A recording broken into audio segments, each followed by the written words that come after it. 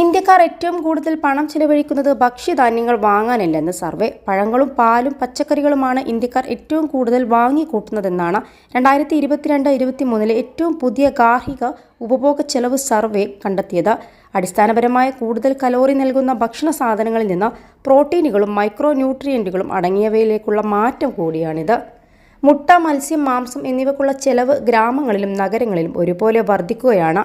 വരുമാനം വർദ്ധിച്ചാലും ചില കുടുംബങ്ങൾ ഭക്ഷണത്തിനായി പണം ചിലവഴിക്കുന്നത് കുറയുന്നതിൽ അത്ഭുതപ്പെടാനില്ലെന്നും സർവേയിൽ പറയുന്നു. ഗ്രാമീണ നാഗരിക മേഖലകളിൽ ധാന്യങ്ങളും പയറുവർഗ്ഗങ്ങളും വാങ്ങുന്നത് കുറഞ്ഞിട്ടുണ്ട്. അതേസമയം ധാന്യങ്ങളെയും പയറുവർഗ്ഗങ്ങളെയും അപേക്ഷിച്ച് പാലും മുട്ടയും വാങ്ങുന്നതിൻ്റെ അളവ് വർദ്ധിക്കുകയും ചെയ്തു. അതുപോലെ പഴങ്ങളും പച്ചക്കറികളും വൈറ്റമിനുകളും മിനറൽസും കൂടുതലുള്ള ഭക്ഷണ സാധനങ്ങൾ വാങ്ങുന്നതിൻ്റെ അളവും വർദ്ധിച്ചിട്ടുണ്ട്. 2022-23 വർഷങ്ങളിലാണ് ധാന്യങ്ങളെക്കാൾ പഴവർഗ്ഗങ്ങളും പച്ചക്കറികളുമായി ആളുകൾ പണം